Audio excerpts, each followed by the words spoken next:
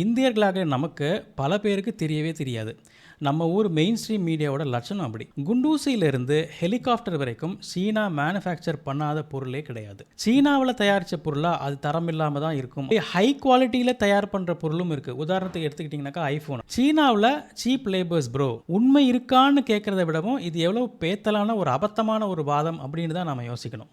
ஆளே இல்லாமல் AI and drone டெக்னாலஜியை வச்சு 157 கிலோமீட்டர்ஸ்க்கு ஹைவேஸ் ரோடை வந்து போட்டிருக்காங்க அப்படின்னா பார்த்துக்கோங்க. ஒரு பெரிய விவசாய நாடாக இருந்த சைனா ஒரு சில வருஷங்கள்லேயே மிகப்பெரிய உலக பொருளாதார நாடாக மாறி இருக்கு. இப்படி மாறி இருக்குன்னும் மேற்கு நாடுகளுக்கே சவால் வெற்ற நிலைக்கு சீன பொருளாதாரம் ரொம்ப வேகமாக முன்னேறி இருக்குன்னும் இந்தியர்களாக நமக்கு பல பேருக்கு தெரியவே தெரியாது. நம்ம ஊர் மெயின் ஸ்ட்ரீம் மீடியாவோட லட்சணம் அப்படி. உலகத்தோட தொழிற்சாலையாக இருந்து உலக பொருளாதாரத்தை ரீடிஃபைன் செய்ய தயாராகிற ஒரு டெக்னாலஜிக்கல் சூப்பர் பவராக மாறி இருக்கு சைனா. எப்படி இந்த மாதிரி ஒரு வியப்பான எழுச்சியை சைனாவால் அடைய முடிஞ்சது? வணக்கம், நான் உங்கள் கணேஸ்வரனுடன் நீங்கள் பார்த்து கொண்டிருப்பது மிஸ்டர் உலகம், புவிசார் அரசியலை ஜியோ பாலிட்டிக்ஸை ஆழமாக அலசுகிற முதல் தமிழ் சேனல்.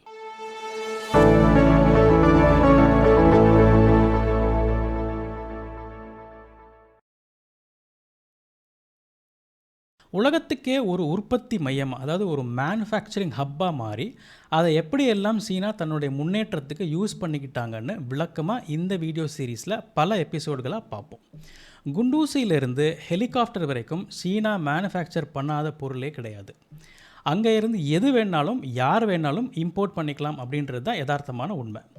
சீனாவோட எழுச்சி வீடியோ சீரீஸில் முதல் எபிசோடாக எப்படி சீனா உலகத்தோட ஒரு தொழிற்சாலையாக, அதாவது ஒரு மேனுஃபேக்சரிங் ஹப்பாக மாறுச்சுன்னு முதல்ல பார்ப்போம். சீனாவை பற்றி இந்தியர்களாக நமக்கு அது ஒரு மேனுஃபேக்சரிங் ஹப்பாக மாறுச்சுன்னு தெரிஞ்சாலும் எப்படி மாறுச்சுன்னு இன்னும் பல பேருக்கு தெரியல.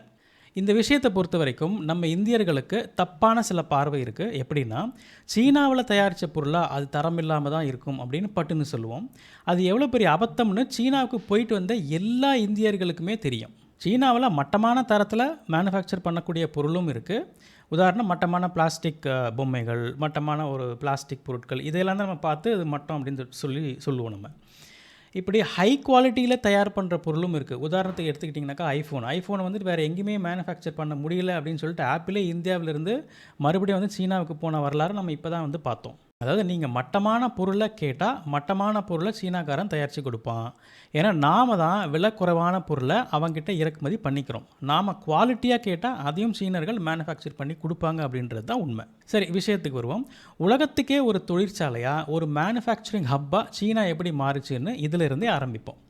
சீனாவில் சீப் லேபர்ஸ் ப்ரோ, அதனால தான் அவங்களால எல்லாமே சீப்பாக வந்து கொடுக்க முடியுது, சீப்பாக வந்து மேனுஃபேக்சர் பண்ண முடியுது அப்படின்னு முதல்ல எடுத்தோடனே நம்ம ஆளுங்க சொல்லுவாங்க. இதுதான் நம்ம எல்லோருக்குமே சாவி கொடுத்தா மாதிரி சொல்லுவோம். இதில் உண்மை இருக்கா அப்படின்னு கேட்டால், உண்மை இருக்கான்னு கேட்குறத விடவும் இது எவ்வளோ பேத்தலான ஒரு அபத்தமான ஒரு வாதம் அப்படின்னு தான் நம்ம யோசிக்கணும். அது ஏன் பார்ப்போம். உலகத்துக்கே ஒரு நாடு மேனுஃபேக்சரிங் ஹப்பாக மாற 3 முக்கியமான விஷயத்துக்கு பல வருஷமாக அடித்தளம் போட்டது சீனா அப்படின்னு சொல்லலாம். அந்த 3 எதுன்னு கேட்டிங்கன்னா, நம்பர் 1 உள்கட்டமைப்புன்னு சொல்லக்கூடிய இன்ஃப்ராஸ்ட்ரக்சர். நம்பர் 2 மனித வளங்கள், அதாவது human resources. Number 3 supply chain and logistics. இந்த 3மே இல்லாமல் எந்த ஒரு நாட்டாலையும் ஒரு மேனுஃபேக்சரிங் ஹப்பாக மாறவே முடியாது. இந்தியாவால் ஏன் பெரிய அளவில் ஒரு மேனுஃபேக்சரிங் ஹப்பாக மாற முடியலைன்னு கேட்டால், இந்த 3ம் இருந்தாலும் எதுவும் சரியாக இல்லை. அதாவது இந்த 3த்துக்குள்ளே ஒரு கோஆர்டினேஷன் இருக்கா, இதை வந்து ஒரு திட்டமிட்டு இந்த 3த்தையும் வந்து பண்ணுறாங்களா அப்படின்றது ஒரு மிகப்பெரிய ஒரு சந்தேகம். எல்லாமே வந்துட்டு அரசாங்கங்கள் வந்து கொஞ்சமாக வந்து சப்போர்ட் பண்ணும், தனியார் துறை கொஞ்சமாக சப்போர்ட் பண்ணும். ஆனால் ஒரு அரசாங்கம் ஒரு முழு வீச்சாக வந்து சப்போர்ட் பண்ணுறது அப்படின்னா அது சைனாவில் தான் நடந்தது. சரி, முதல்ல இந்த உள்கட்டமைப்புன்னு சொல்லப்படுற இந்த இன்ஃப்ராஸ்ட்ரக்சரில் அவங்க என்னெல்லாம் பண்ணாங்க, சைனா என்னெல்லாம் பண்ணுச்சு அப்படின்றத பார்ப்போம். சைனா தன்னோட உள்கட்டமைப்பை மேம்படுத்துறதுக்கு முறையான பிளானிங்காக இன்றைக்கி நேரத்தில் 1980ஸ்லேருந்தே செஞ்சாங்க. அப்போலேருந்தே ஆரம்பிச்சிட்டாங்க. அப்புறம் அதுக்கு ஏற்ற மாதிரி செயல்படுத்தவும் செஞ்சாங்க. வளர்ந்து வர்ற பொருளாதாரத்தை ஆதரிக்க அரசாங்கமே வலுவான நவீன உள்கட்டமைப்பை கட்டுறதுக்கு மிகப்பெரிய அளவில் முதலீடுகளை செஞ்சாங்க. நம்ம ஊரில் போடுற அந்த தரமில்லாத ரோடு மாதிரியோ அப்புறம் இந்த மழைநீர்லாம் பார்த்தீங்கன்னாக்கா ரோட்டுக்கு நடுவுலேயே இந்த மழைநீர் சைஃபன் வந்துட்டு இந்த கால்வாய்க்குள்ளே வந்து போகிற மாதிரி ஒரு திட்டமும் இப்படியெல்லாம் வந்துட்டு ஒரு கேலிக்கூத்தாக வந்துட்டு இந்த இன்ஃப்ராஸ்ட்ரக்சரை பண்ணாமல் எல்லாத்தையுமே வந்துட்டு உண்மையிலேயே உலகத்தரத்தோட எல்லா கட்டுமானத்தையுமே செஞ்சாங்க. அவங்க எந்த அளவுக்கு வந்துட்டு உள்கட்டமைப்பில் முன்னேறி இருக்காங்க அப்படின்னா, இப்போ ரொம்ப ரீசெண்டாக அதாவது ஒரு வாரத்துக்கு முன்னாடி பார்த்தீங்கன்னா ஆளே இல்லாமல் ஏஐ அண்ட் ட்ரோன் டெக்னாலஜியை வச்சு 157 கிலோமீட்டர்ஸ்க்கு ஹைவேஸ் ரோடை வந்து போட்டிருக்காங்க அப்படின்னா பார்த்துக்கோங்க. ஸோ இந்த உள்கட்டமைப்பை அவங்க மேம்படுத்துகிற விஷயமா ஹைவேஸ், புது புது ரயில் பாதைகள், ஹை ஸ்பீட் ட்ரெயின்ஸ், முக்கியமாக துறைமுகங்கள் எல்லாத்தையுமே வந்து சீனாவில் கட்டினாங்க. யாங்ஸே ஆற்றோட டெல்டா பகுதி, அப்புறம் அந்த முத்து நதி அப்படின்னு சொல்லிட்டு ஒன்று இருக்குது, அதனுடைய டெல்டா பகுதி, இதெல்லாம் வந்து ஒரு முக்கியமான ஒரு தொழில்துறை மையங்களாக மாற்றினாங்க. ஷென்சன், ஃபோஷான், நான்ஜிங் அப்படின்ற ஒரு சின்ன சிட்டிஸ் எல்லாம் வந்துட்டு பெரிய சிட்டிஸாக வேகமாக உருவாச்சு. ஷாங்காய், பெய்ஜிங் போன்ற ஏற்கனவே பெரிய சிட்டிஸாக இருந்த சீன நகரங்கள்லாம் வந்து மிகப்பெரிய மெகா சிட்டிஸாக இந்த இன்ஃப்ராஸ்ட்ரக்சர் ப்ராஜெக்ட்ஸ்னால் வந்துட்டு முன்னேறிச்சு. வளர்ந்து வர்ற உற்பத்தி துறைக்கு இடம் கொடுக்குற மாதிரி உலகத்திலேயே பெரிய ரொம்ப ரொம்ப அட்வான்ஸ்டான துறைமுகங்களை உருவாக்குனாங்க. இது உலகத்திலேயே அதிக அளவு உற்பத்தி செஞ்ச பொருட்களை ஏற்றுமதி செய்கிறதுக்கும், அந்த பொருளை வந்து உற்பத்தி செய்கிறதுக்கு சில பல பாகங்கள் வந்து கண்டிப்பாக வந்து மற்ற நாடுகள்லேருந்து இறக்குமதி செஞ்சாகணும். அதையெல்லாம் வந்து அக்காமடேட் பண்ணுறதுக்காக மிகப்பெரிய அளவில் அந்த இம்போர்ட் செக்ஷன் இது எல்லாத்தையுமே வந்துட்டு மிகப்பெரிய அளவில் வந்துட்டு செஞ்சாங்க. ரோட், ட்ரெயின், துறைமுகம், போர்ட்ஸு இது மாதிரி கட்டுமான உள்கட்டமைப்பை மட்டும் வந்து சீனா வந்துட்டு முன்னேற்றி கவனம் செலுத்தலை. அதை விட முக்கியமாக வந்துட்டு என்ன பண்ணாங்க, அடுத்து மனித வளத்தை இருக்கிற அந்த மனித வளத்தை பயிற்சிகள்லாம் பல கொடுத்து கூர்த்தீட்டி விட்டாங்க. இப்போ ரெண்டாவதாக மனித வளம்னு சொல்லப்படுற ஹியூமன் ரிசோர்ஸஸில் அவங்க செஞ்ச முதலீடுகளை பார்ப்போம். ஸ்டெம்னு சொல்லப்படுற சயின்ஸ், டெக்னாலஜி, என்ஜினியரிங், அப்புறம் வந்து மேத்தமேட்டிக்ஸ், இந்த துறையில் அதிகமாக கவனத்தை போட்டாங்க. இதில் பெரிய அளவில் சீர்திருத்தங்களை செயல்படுத்தினாங்க.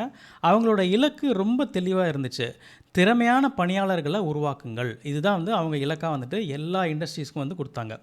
இந்த அரசாங்கத்தோட மோட்டோவாகவே இதை வந்துட்டு வச்சாங்க. இதை பெரிய அளவில் உற்பத்தியை அதிகப்படுத்துறதுக்கு மட்டும் இல்லாமல் உலக மார்க்கெட்டில் புதுமையை கொடுக்கறதுக்கும் போட்டியில் ஜெயிக்கிறதுக்கும் இது வந்து ஒரு பெரிய உதவியை செஞ்சிச்சு அப்படின்னு சொல்லணும். தொழில் பயிற்சி, அப்புறம் வந்து உயர்கல்வி, இந்த 2 விஷயத்தில் சீனா கவனம் செலுத்துச்சு. அது தொழில் மயமாக்கல்னு சொல்லக்கூடிய இந்த இண்டஸ்ட்ரியலைசேஷனை பரவலாக்குச்சு, ரொம்ப அதிகமாக தூண்டுச்சு. தொழிலாளர்கள், என்ஜினியர்ஸ் அப்படின்னு சொல்லிட்டு ஒரு பைப்லைன் வந்துட்டு உருவாக்கி வச்சாங்க. இப்படி மனித வளத்தையும் உள்கட்டமைப்புன்னு சொல்லப்படுற இன்ஃப்ராஸ்ட்ரக்சர் இந்த 2த்தையுமே அவங்க சேர்த்து கவனம் செலுத்தினதா சீனா உலகத்தோட மேனுஃபேக்சரிங் ஹப்பாக மாற அடித்தளம் வந்துட்டு போட்டுச்சு. ஆனால் இது எல்லாமே வந்து ஒரு பல தொழிற்சாலைகள் வந்துட்டு உருவாகிறதுக்கு மட்டுமே தான் யூஸ் ஆகும் அப்படின்னு சீனாவோட ஆட்சியாளர்களுக்கு நல்லாவே தெரியும். அதுக்கெல்லாம் ஒரு படி மேலே போனால் தான் இதையெல்லாம் தக்க வைக்க முடியும்னு அவங்க வந்துட்டு அது கரெக்டாக வந்து கணிச்சாங்க. அதுக்கேற்ற மாதிரி சில செயல்பாடுகளை செஞ்சாங்க. இதையெல்லாம் பிரம்மாண்டமாக ஆக்க முடியும்னு அவங்களுக்கு நல்லா தெரியும். அது எப்படி பண்ணாங்க? அதுதான் 3வது விஷயமான சப்ளை செயின் அண்ட் லாஜிஸ்டிக்ஸ். இது பற்றின டீட்டெயில்ஸையும் இன்னொரு சுவாரஸ்யமான அதே சமயம் முக்கியமான ஒரு விஷயத்தையும் நம்மளோட அடுத்த எபிசோடில் பார்ப்போம். உலகத்தில் நடக்கிற விஷயங்களை செய்திகளாக தராமல் அது ஏன் நடக்குதுன்னு புரிய வைக்கிறது தான் மிஸ்டர் உலகம். ஜியோ பாலிட்டிக்ஸ்னு சொல்லப்படுற புவிசார் அரசியலை பற்றி ஆழமாக தெரிஞ்சுக்க நம்ம சேனலை சப்ஸ்கிரைப் பண்ணுங்கள். இந்த வீடியோ உங்களுக்கு பிடிச்சிருந்தா லைக் பண்ணுங்கள், கமெண்ட் பண்ணுங்கள். கண்டிப்பாக அடுத்த எபிசோடும் வரும், சேர்ந்து அடுத்த எபிசோடும் பாருங்கள், அதையும் லைக் பண்ணுங்கள், கமெண்ட் பண்ணுங்கள். உங்களுடைய எல்லா கருத்துக்களையும் பதிவு பண்ணுங்கள். நன்றி, வணக்கம்.